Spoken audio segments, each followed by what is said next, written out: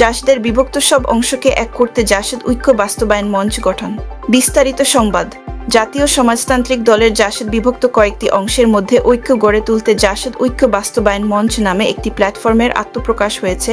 এই জন্য ৪৮ সদস্যের একটি কমিটি গঠন করা হয়েছে। শনিবার জাতীয় প্রেস ক্লাবের তোফাজ্জল হোসেন মানিক মিয়া মিলনায়তনে জাসদ ঐক্য বাস্তবায়ন মঞ্চের এক সভায় এই কমিটি গঠন করা হয়। এ সময় জাসদের বিভিন্ন অংশের সাবেক ও বর্তমান নেতারা উপস্থিত ছিলেন। কমিটিতে চিকিৎসক মাহফুজুর রহমানকে আহ্বায়ক এবং আইনজীবী ফারাহ খানকে সদস্য সচিব করা হয়েছে। ফারাহ খান হলেন জাসদের প্রতিষ্ঠাতা সিরাজুল আলম খানের ভাতিজি। ৪৮ সদস্যের কমিটিতে জাসদ সিরাজুল আলম খান, জাসদ রব, জাসদ ইনু ও জাসদ আম্বিয়া অংশের নেতাদের রাখা হয়েছে। সভায় জাসদ ঐক্য বাস্তবায়ন মঞ্চের আহ্বায়ক মাহফুজুর রহমান বলেন, বর্তমান পরিস্থিতিতে জাসদের সব গ্রুপকে এক মঞ্চে আনার উদ্যোগ গ্রহণ করেছি।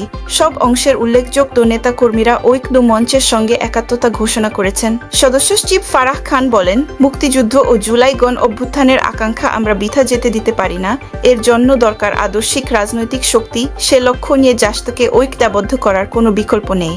এজন্য ভেদাভেদ ভুলে জাসদকে আবার ঐক্যবদ্ধ হয়ে তাদের হারানো গৌরব ও সম্মান ফিরিয়ে আনতে হবে। বক্তারা ২ কক্ষ বিশিষ্ট সংসদের দাবি জানিয়ে বলেন, উচ্চ কক্ষ হবে কৃষি, শ্রম, কর্ম পেশাজীবীদের নির্বাচিত প্রতিনিধি ও রাষ্ট্রপতি কর্তৃক মনোনীত প্রতিনিধি নিয়ে। নিম্ন কক্ষ গঠিত হবে সংখ্যানুপাতিক বা প্রতীকভিত্তিক ভোটের মাধ্যমে।